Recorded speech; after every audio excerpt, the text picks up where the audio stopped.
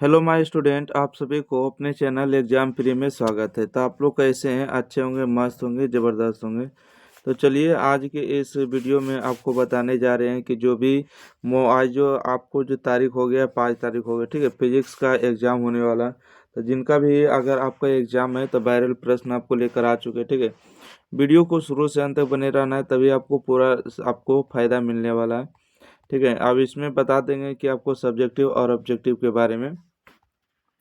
तो यहाँ पर बात करेंगे कि आपको जो ऑब्जेक्टिव की संख्या रहेगा, आपको कितना रहेगा, 70 रहेगा, जिसमें से आपको कोई भी 35 क्वेश्चन का ही उत्तर देना है। ज़्यादा उत्तर दीजिएगा तो 1 से लेकर 35 तक ही चेक होगा, उसके बाद नहीं चेक होगा। वीडियो को एक बार जल्दी से जल्दी शेयर कर दिएगा। लाइव क्लास में आप सभी लोग जुड़े हैं, ठीक है। वीडियो को शेयर कर दिए। अभी जो चैनल को सब्सक्राइब नहीं किए, सब्सक्राइब कर दिएगा, ठीक है। आइए तो स्टार्ट कर देते हैं क्वेश्चन के साथ। तो यहाँ पर हम बता देना चाहेंगे दोस्तों, मेरे भाई और बहनों, कि आप लोग को किसी भी प्रकार के आप लोग का नाम नहीं लेंगे, ठीक है। क्योंकि नाम लेंगे न कमेंट पढ़ेंगे तो आप लोग का नाम पढ़ने में देरी होगा, ठीक है। तो हम चाहेंगे कि जितना कम समय में वीडियो को स्टार्ट करके इसको समाप्त किया जाए, ठीक है, तो उतना ही अच्छा रहेगा। आप लोग कमेंट बॉक्स में अपना आंसर बताते रहिएगा, ठीक है। आई तो क्वेश्चन नंबर 1 हो गया कि संयुक्त सूक्ष्मदर्शी में प्रतिबिंब बनता है। संयुक्त सूक्ष्मदर्शी में प्रतिबिंब जो बनता है कैसा बनता है? तो आभासी और सीधा बनता है। तो ऑप्शन नंबर सी होगा राइट आंसर, ठीक है। अगला प्रश्न अगर बात करेंगे क्वेश्चन नंबर 2। क्वेश्चन नंबर 2 में पूछा गया है कि मनुष्य की आँख के रेटिना पर किसी वस्तु का प्रतिबिंब होता है। तो मनुष्य की आँख के रेटिना पर जो है किसी वस्तु का प्रतिबिंब कैसा होता है? तो वास्तविक और उल्टा होता है, ठीक है। वास्तविक और उल्टा होता है। Option number A right answer है। आपको इसी प्रकार का क्वेश्चन देखने को मिलने वाला है। उत्तल लेंस का व्यवहार किया जाता है, बताइएगा किस में किया जाता है? उत्तल लेंस का व्यवहार किया जाता है, तो उत्तल लेंस का जो व्यवहार है किया जाता है दीर्घ दृष्टि दोष में किया जाता है, ठीक है। और निकट में किसका किया जाता है? तो अवतल का किया जाता है, ठीक है। अवतल लेंस का व्यवहार जो है निकट दृष्टि दोष में हो जाएगा। चलिए अगला प्रश्न देखिएगा क्वेश्चन नंबर 4। कहते हैं कि आसमान का रंग नीला होने का कारण है। आसमान का रंग नीला होने का कारण क्या है? तो प्राकिरण हो जाएगा। 4 का बी नंबर सही जवाब होगा। प्राकिरण के कारण आसमान का रंग नीला होता है। क्वेश्चन नंबर 5 है, दो कला संबंध स्रोतों के कारण प्रकाश के व्यक्तीकरण में फ्रिज की लंबाई होती है, ठीक है। तो बताइएगा फ्रिज की लंबाई क्या होगी? तो तरंग दैर्ध्य के समानुपाती होती है, ठीक है। तो ऑप्शन नंबर इसका सही जवाब होगा बी नंबर, सॉरी ए नंबर होगा। तरंग दैर्ध्य के समानुपाती होगा। दो कला संबंध स्रोत के कारण प्रकाश के व्यक्तीकरण में फ्रिंज की चौड़ाई क्या होती है? तो तरंग दैर्ध्य के समानुपाती होता है। अगला बढ़ते हैं क्वेश्चन के साथ, देखिएगा क्वेश्चन नंबर देखिए यहाँ पर आपसे पूछा गया 6 नंबर, ठीक है। कहते हैं कि एक वर्णी प्रकाश के दो स्रोत कला संबंध कहे जाते हैं जब उनकी क्या होती है? जब उनकी जो है कलाएं समान होती है, ठीक है। जब उनकी कलाएं क्या होती है? समान होती है। अगला है कि डी बर्नौली तरंग दैर्ध्य, ठीक है। डी ब्रॉगली जो है तरंग दैर्ध्य किससे संबंधित होता है? तो 7 का सही जवाब होगा लेमडा बराबर एच बटा एम भी होगा, ठीक है। लेमडा बराबर एच बटा में एम भी होगा सही जवाब। अगला प्रश्न है क्वेश्चन नंबर 8 है कि यदि किसी तर्क द्वारा निर्गम y का मान उसके जो है दोनों निवेशों का गुना a डॉट बी से प्राप्त होता है तो वह द्वार है। a डॉट बी से अगर कोई प्राप्त होता है तो वह कौन होगा? एंड होगा। इसका सही जवाब ए नंबर होगा एंड। चलिए अगला प्रश्न बढ़ते हैं। क्वेश्चन नंबर देखिएगा 9 है, अर्धचालक में वर्जित ऊर्जा अंतराल की चौड़ाई लगभग होती है। अर्धचालक में वर्जित ऊर्जा अंतराल की जो चौड़ाई होती है लगभग कितनी होती है? तो 1 इलेक्ट्रॉन वोल्ट होती है। तो ऑप्शन नंबर इसका ए सही जवाब है। अगला प्रश्न देखिए क्वेश्चन नंबर 10 है कि दशमलव अंक पद्धति की संख्या 27 की द्विधारी पद्धति में समतुल्य संख्या होगी। तो 10 का सही जवाब आपको होगा 110112 हो जाएगा, ठीक है। तो इसका सही जवाब होगा डी नंबर, बिल्कुल सही है।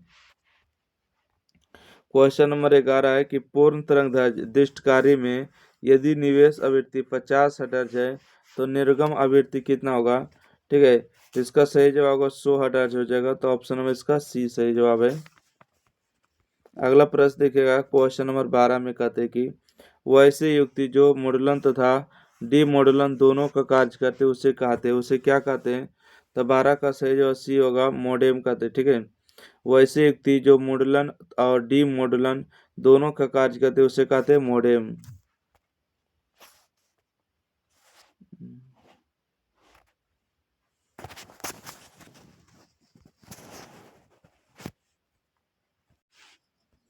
देखिएगा अगला प्रश्न आपको क्या करा है, ठीक है। अगला प्रश्न है कि वैसी युक्ति जो, अच्छा इसका सही जो हो मोडेम हो गया। चलिए अगला प्रश्न देखिएगा, क्वेश्चन नंबर 13 है। कहते हैं कि संचार उपग्रह की स्थिति पृथ्वी की सतह से दूरी कितनी होती है?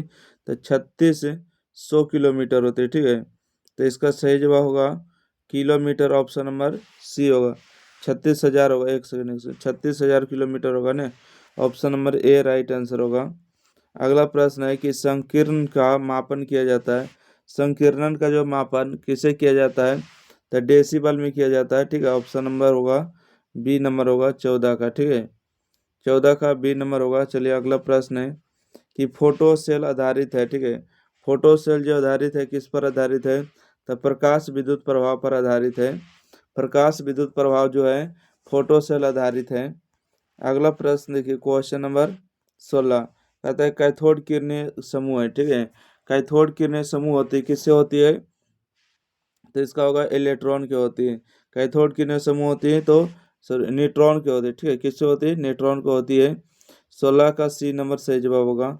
अगला प्रश्न है कि रेडियो जो है रेडियो सक्रिय पदार्थ की अर्ध आयु है। रेडियो सक्रिय की जो अर्ध आयु होती है कितनी होती है? तो 17 का सही जवाब होगा 0.6931 और बटा में लैम्डा होगा, ऑप्शन नंबर सी सही जवाब होगा। अगला प्रश्न है, क्वेश्चन नंबर देखिएगा 18 में कहते हैं कि 6 गुणांक की एस आई इकाई है। 6 गुणांक की एस आई इकाई क्या होगा? 6 गुणांक की एस आई की जो इकाई होगा हर्ट्ज हो जाएगा, ठीक है। अगला प्रश्न है, क्वेश्चन नंबर देखिए 19 है कि यानी कि 90 TH230 जो है ना, परमाणु में न्यूट्रॉन की संख्या होती है। तो न्यूट्रॉन की संख्या हम लोग किस प्रकार से निकालते हैं? तो दोनों को घटा दीजिएगा, ठीक है। तो दोनों को घटा दीजिएगा तो आ जाएगा, जैसे कि 230 में से 90 को घटा दीजिएगा तो 0 होगा, 13 में से 9 4 13 होगा, 1 होगा। तो 140 जो होगा आपको परमाणु में न्यूट्रॉन की संख्या हो जाएगा। अगला है कि पीएन संधि डायोड का उपयोग करते हैं। एक है पीएन संधि डायोड का उपयोग करते, एक क्या है? तो 20 का सही जवाब होगा आपको दिष्टकारी की तरह करते हैं, ठीक है। पीएन संधि डायोड का उपयोग करते हैं तो इसका सही जवाब होगा दिष्टकारी की तरह करते हैं। अगला प्रश्न देखिएगा, कहते हैं कि निवेश वोल्टेज धारा को बढ़ाने वाले यंत्र को कहते हैं।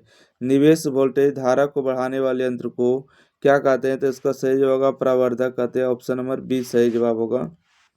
अगला है 22 नंबर प्रश्न है, एसी परिपथ में शक्ति केवल व्यय होती है। एसी परिपथ में शक्ति जो केवल किस में व्यय होती है? तो 22 का सही जवाब होगा प्रतिरोध में होती है, ऑप्शन नंबर ए होगा। चलिए अगला प्रश्न देखिए, क्वेश्चन नंबर 23 में है कि एक प्रत्यावर्ती विद्युत धारा का समीकरण I बराबर 0.6 साइन 100 पाई टी से निरूपित है। प्रत्यावर्ती धारा की आवृत्ति कितनी होगी? तो 23 का बिल्कुल सही जवाब होगा 50 हो जाएगा, ठीक है। कितना होगा? 50 होगा। आइए अगला प्रश्न देखिएगा, क्वेश्चन नंबर है 24 है, विद्युत लेपन में व्यवहार आने वाली धारा होती है, ठीक है। विद्युत लेपन में व्यवहार आने वाली धारा क्या होती है? 24 का सही जवाब होगा ए नंबर होगा डीसी होता है, ठीक है। क्या होती है? डीसी होता है। अगला प्रश्न है, क्वेश्चन नंबर 25 है, वस्तु से बड़ा आभासी प्रतिबिंब बनाता है। वस्तु से बड़ा और आभासी प्रतिबिंब बनाने वाला कौन सा दर्पण होगा, है ना? तो 25 का सही जवाब होगा अवतल दर्पण होगा, ठीक है। अवतल दर्पण जो है वस्तु से बड़ा और आभासी प्रतिबिंब बनाता है, और वस्तु से छोटा और बनाता है कौन? उत्तल दर्पण। और समान साइज का प्रतिबिंब समतल हो जाएगा, ठीक है। चलिए अगला प्रश्न है कि संपर्क में रखे दो लेंस की क्षमता P1 तथा P2 है, तब समतुल्य लेंस की क्षमता क्या होगी? तो P1 प्लस P2 होगा, ऑप्शन नंबर इसका डी सही जवाब होगा। अगला प्रश्न है, किस रंग का तरंगदैर्घ्य सबसे कम होता है, ठीक है। किस रंग का तरंगदैर्घ्य सबसे कम होता है? तो बैंगनी रंग का तरंगदैर्घ्य सबसे कम होता है, और ज़्यादा पूछेगा तो बताएगा कि लाल रंग का तरंगदार जो है सबसे ज़्यादा होता है। तो ऑप्शन नंबर इसका ए करेक्ट आंसर है। अगला प्रश्न देखिएगा, इंद्रधनुष का निर्माण किस कारण होता है? ठीक है, इंद्रधनुष का निर्माण जो है किस कारण होता है? तो 28 का सही जवाब होगा वर्ण विक्षेपण के कारण होता है। ठीक है, इंद्रधनुष का निर्माण होता है वर्ण विक्षेपण के कारण। अगला प्रश्न है क्वेश्चन नंबर कि माइक्रो जो होती है इसके पावर -2 होता है, इसका मान क्या होगा? ठीक है, तो ऐसे प्रश्न एक को डायरेक्ट आपको याद रखना होगा, 3 × 10 के पावर 10 मीटर प्रति सेकेंड हो जाएगा। क्वेश्चन नंबर 29 का बी नंबर हो जाएगा। देखिए अगला प्रश्न है कि एक समान चुंबकीय क्षेत्र में बी बल रेखाओं के समांतर एक इलेक्ट्रॉन जिसका आवेश ई है वेग भी से चलता है, इलेक्ट्रॉन पर लगने वाला बल होगा। तो 30 नंबर का सही जवाब होगा ई भी होगा। ठीक है, इलेक्ट्रॉन वोल्ट बी हो जाएगा राइट आंसर। अगला प्रश्न है समान दिशा में समान वेग से गतिमान इलेक्ट्रॉन किरण पुंज की प्रकृति होगी, क्या होगी? तो समान दिशा में समान वेग से गतिमान इलेक्ट्रॉन किरण पुंज की जो प्रकृति होगी वो क्या होगी? तो अपसारी होगा। ठीक है, तो ऑप्शन नंबर इसका बी करेक्ट आंसर होगा। अगला प्रश्न है कि चुंबकीय क्षेत्र जो है बी होता है और स्थिति एम होता है, चुंबकीय आघूर्ण वाले धारा पक्ष द्वारा अनुभूत बल आघूर्ण का मान होता है। बल आघूर्ण का मान जो होता है ऑप्शन नंबर ए सही जवाब होगा। ठीक है, ऑप्शन नंबर ए किसका करेक्ट आंसर है। अगला प्रश्न है कि स्वप्रेरकत्व का जो एसआई मात्रक होता है क्या होता है? स्वप्रेरकत्व का एसआई मात्रक क्या होते हैं? तो इसका सही जवाब होगा हेनरी होते हैं। तो ऑप्शन नंबर इसका डी सही जवाब होगा। अगला प्रश्न है कि धातु के बने किसी गोलक की चुंबकीय क्षेत्र में दोलन करने पर उसकी दोलन गति क्या होगी? ठीक है, धातु के बने किसी गोलक की चुंबकीय क्षेत्र में दोलन करने पर उसकी दोलनी गति जो है क्या होगी? तो अवमंदित होगा। तो ऑप्शन नंबर इसका बी सही जवाब है। धातु के बने किसी गोलक के चुंबकीय क्षेत्र में दोलन करने पर उसकी दोलन गति क्या होगी? तो अवमंदित होगा, मतलब धीरे धीरे होगा ना। अगला प्रश्न है कहते हैं डायनमो के कार्य का सिद्धांत आधारित है। डायनमो के कार्य का सिद्धांत आधारित होगा तो विद्युत चुंबकीय प्रेरण पर होगा। ऑप्शन नंबर इसका बी करेक्ट आंसर होगा। चलिए अगला प्रश्न देखिएगा, क्वेश्चन नंबर आप देख सकते हैं कि प्रेरण कुंडली का क्या उत्पन्न करता है? ठीक है, प्रेरण कुंडली जो है क्या उत्पन्न करता है? तो 36 का सही जवाब होगा बी नंबर होगा। ठीक है, 36 का बी नंबर होगा उच्च वोल्टेज था। अगला प्रश्न है चुंबकीय क्षेत्र यानी जो है ऊर्जा घनत्व होता है। ठीक है, चुंबकीय क्षेत्र ऊर्जा घनत्व होता है। तो 37 का सही जवाब आप लोग के बीच में होगा ए नंबर, इसको याद रखेगा। ठीक है, ए नंबर होगा चुंबकीय क्षेत्र यानी कि जो होता है ऊर्जा घनत्व का मात्रक होगा। तो option number A correct answer है। ने अगला प्रश्न देखिएगा कि तार यानी कि तप्त तार एमीटर द्वारा प्रत्यावर्ती धारा का कौन मान जो है मापा जाता है? तप्त तार द्वारा एमीटर द्वारा है ना प्रत्यावर्ती धारा का कौन मान मापा जाता है? तो 38 का बिल्कुल सही जवाब आप लोग के बीच में आएगा मूल औसत वर्गमान। ठीक है, मूल औसत वर्गमान इसका सही जवाब होगा।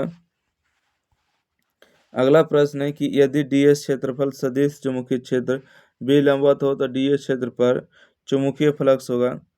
तो 39 का आप लोग के बीच में सही जवाब होगा B D S cos theta होगा। ठीक है, B D S cos theta होगा, सही जवाब होगा। अगला कि प्रतिबाध का जो एस है मात्रा बताइए। प्रतिबाध का मात्रक क्या होता है? तो इसका सही जवाब होगा ओम होगा।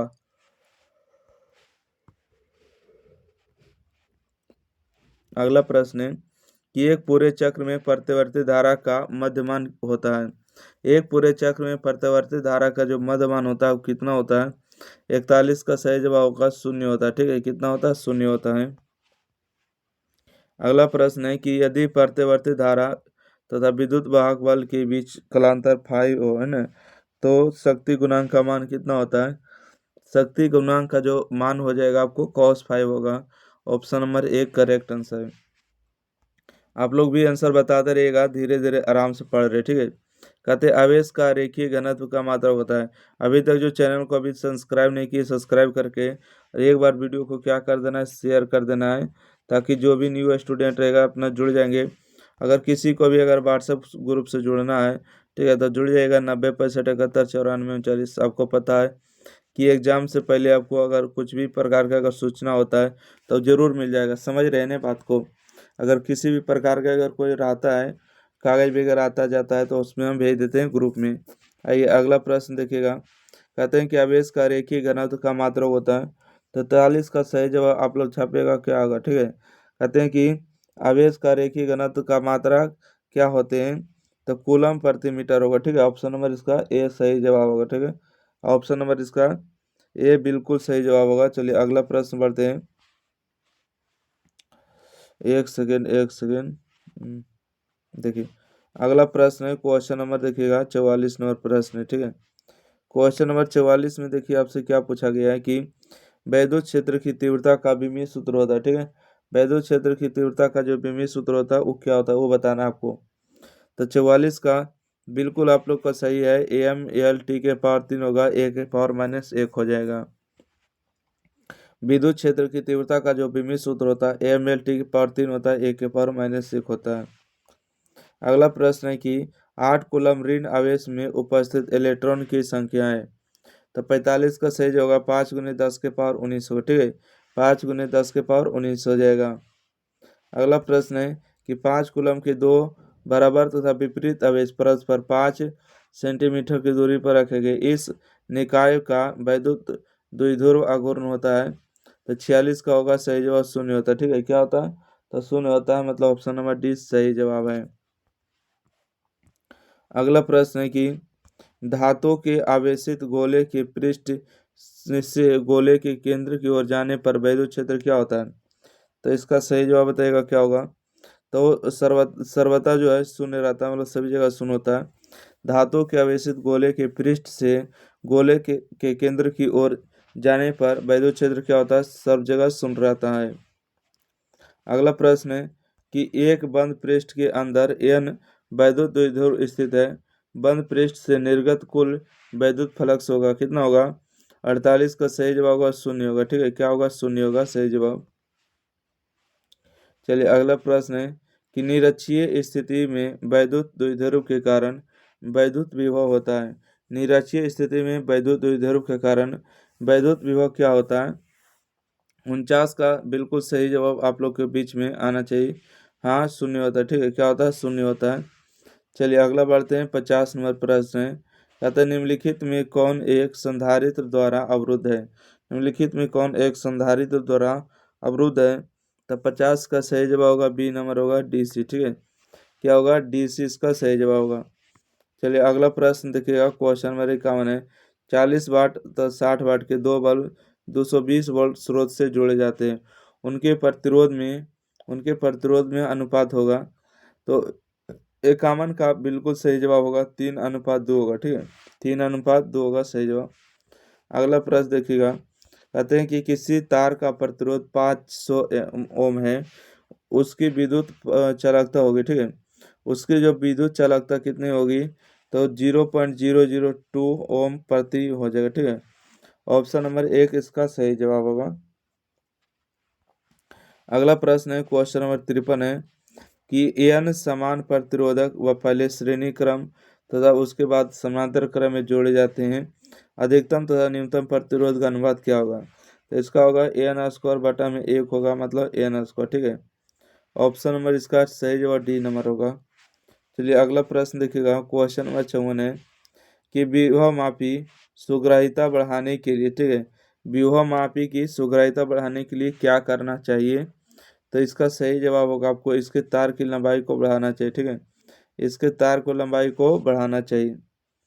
विभव मापी की सुग्राहिता बढ़ाने के लिए जो है इसके तार की लंबाई को बढ़ाना चाहिए। अगला प्रश्न है कहते हैं कि वैद्युत संबंधित किरचॉफ का द्वितीय नियम संबंध रखता है।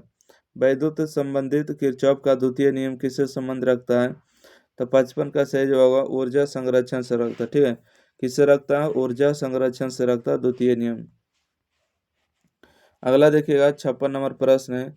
निम्नलिखित में कौन चुंबकीय क्षेत्र की तीव्रता का मात्रक नहीं है। कौन जो है चुंबकीय क्षेत्र की तीव्रता का मात्रक नहीं है। तो 56 का सही जवाब होगा ऑप्शन नंबर डी होगा। ये नहीं है, बाकी सभी होगा। टेस्ला है, वेबर प्रति मीटर स्क्वायर है, न्यूटन/एम्पियर मीटर होगा। ठीक है। तो ऑप्शन नंबर डी नहीं होगा, राइट आंसर होगा। अगला प्रश्न है क्वेश्चन नंबर 57 है, एक बंद चालक के निकट एक चुंबक स्थित है, चालक में धारा उत्पन्न की जा सकती है। ठीक है, एक बंद चालक के निकट एक चुंबक स्थित है, चालक में धारा उत्पन्न की जा सकती है। चलिए ठीक है, 57 अंक के सही जवाब होगा, 57 का डी नंबर होगा, चुंबक और चालक के बीच अपेक्षिक गति। ठीक है, अपेक्षिक गति हो, चुंबक और चालक के बीच अपेक्षिक गति हो। चलिए अगला प्रश्न देखिएगा, अगला प्रश्न आगे 58 नंबर प्रश्न है कि चाल कुंडली गैल्वेनोमीटर में धारा प्राप्त मान जो होती है समानुपाती होती है, किसके होती है? 58 का सही जवाब ऑप्शन नंबर बी होगा, प्रतिरोध से होती है। अगला प्रश्न है कि एक गैल्वेनोमीटर की अमीटर बदलने में जोड़ा जाता है ना, एक गैल्वेनोमीटर की अमीटर में बदलने के लिए कैसे जोड़ा जाता है? तो 59 का सही जवाब होगा आपको समानांतर क्रम से निम्न प्रतिरोध। ठीक है, समानांतर क्रम में निम्न प्रतिरोध। ठीक है, लो रेसिस्टेंस इन पैरेलल हो जाएगा, ऑप्शन नंबर एक करेक्ट आंसर है। अगला प्रश्न है कि धारावाही वृत्तीय कुंडली के केंद्र पर उत्पन्न चुंबकीय क्षेत्र रहता है, क्या रहता है? तो 60 का सही जवाब होगा, कुंडली तल के लंबवत रहता है। ठीक है, कुंडली तल के लंबवत रहता है। अगला प्रश्न देखिए क्वेश्चन नंबर 61 में कि किसी चुंबकीय आघूर्ण वाले चुंबक की लंबाई समानांतर n बराबर टुकड़ों में काटने पर प्रत्येक टुकड़े का आघूर्ण होगा। तो 61 का सही जवाब होगा m/n होगा, ऑप्शन नंबर एक करेक्ट आंसर है। अगला प्रश्न है कि निम्नलिखित में कौन सैशिल्य प्रदर्शित करते हैं? तो 62 का सही जवाब होगा आपको लौ चुंबकीय पदार्थ करते हैं। ठीक है, लौ चुंबकीय पदार्थ करते हैं। अगला की दूर प्रबलता m और r दूरी पर चुंबकीय विभव का मान होता है। 63 का सही जवाब होगा ऑप्शन नंबर बी याद रखिएगा। ठीक है, चलिए अगला प्रश्न है क्वेश्चन नंबर 64 में कि एक इलेक्ट्रॉन 5 वोल्ट विभवांतर तक त्वरित किया जाता है, इलेक्ट्रॉन द्वारा अर्जित ऊर्जा होगी, कितना होगी? तो 5 इलेक्ट्रॉन वोल्ट होगा। क्या 64 का बी नंबर होगा, 5 इलेक्ट्रॉन वोल्ट होगा, ऑप्शन नंबर बी। एक इलेक्ट्रॉन जो है 5 वोल्ट विभवांतर तक त्वरित किया जाता है, इलेक्ट्रॉन द्वारा अर्जित ऊर्जा होगी 5 इलेक्ट्रॉन वोल्ट होगा। चलिए अगला प्रश्न देखिएगा, क्वेश्चन नंबर है विद्युत क्षेत्र ई तथा विद्युत विभव V के बीच संबंध होता है, कौन सा संबंध होगा? तो 65 का देखिए याद रखिएगा, ऑप्शन नंबर ए होगा, ई बराबर होगा माइनस में dV बटा में डी आर होता है। ठीक है, चलिए अगला प्रश्न है, जो भी अभी तक चैनल को सब्सक्राइब नहीं किया सब्सक्राइब करिएगा। आर दूरी पर रखे दो वैद्युत द्विध्रुव के निकाय वैद्युत स्थिति ऊर्जा अनुक्रमानुपाती होती है, किसके होती है? तो इसका सही जवाब होगा आपको इनमें से कोई नहीं होगा, ऑप्शन नंबर डी होगा। अगला प्रश्न है कि पिकोफैराड जो है मात्रक है, पिकोफैराड किसका मात्रक होगा? तो 67 का सही जवाब होगा वैद्युत धारिता का। ठीक है, यानी पिकोफैराड मात्रक है, वैद्युत धारिता का मात्रक होगा। चलिए अगला प्रश्न देखिएगा, कहते हैं किसी संधारित्र की धारिता निर्भर नहीं करती, किसी संधारित्र की धारिता निर्भर नहीं करती तब प्लेट के आवेश पर। ठीक है, प्लेट के आवेश पर निर्भर नहीं करती है। चलिए अगला प्रश्न है, जो भी अभी तक एग्जाम प्री चैनल को लाइक सब्सक्राइब नहीं किए तो लाइक सब्सक्राइब करके शेयर भी कर देना है वीडियो को। ठीक है, और चैनल को पहली बार अगर आए हैं तो अगर व्हाट्सएप ग्रुप में जुड़ना चाहते हैं तो देखिए जुड़िएगा 906571 इस नंबर पर आपको हाई लिख देना है, बोल देना है कि सर ग्रुप में ज्वाइन कर दिए, आपको ज्वाइन करा दीजिएगा एग्जाम प्री में। अगला प्रश्न है कि एक गोली चालक की धारिता 1.0 माइक्रोफैराड है, उसकी त्रिज्या क्या होगी? उसकी जो त्रिज्या होगी 9 किलोमीटर होगा, ऑप्शन नंबर सी होगा। अगला प्रश्न पूछा गया कि किसी धातु का परावैद्युतांक होता है। ठीक है, किसी धातु का परावैद्युतांक कितना होता है? तो 70 का सही जवाब आपको हो जाएगा डी नंबर अनंत होता है। तो इस प्रकार से 70 ऑब्जेक्टिव आपको कंप्लीट हो चुका है। वीडियो अच्छा लगे लाइक करिए, शेयर करिए, चैनल सब्सक्राइब करना बिल्कुल ना भूलिए, शेयर करिए। और एग्जाम प्री को जितना जल्दी से जल्दी आपको 100 के आपको सब्सक्राइब कंप्लीट करना है। ठीक है, तो आपको जल्दी से जल्दी शेयर करना है। धन्यवाद।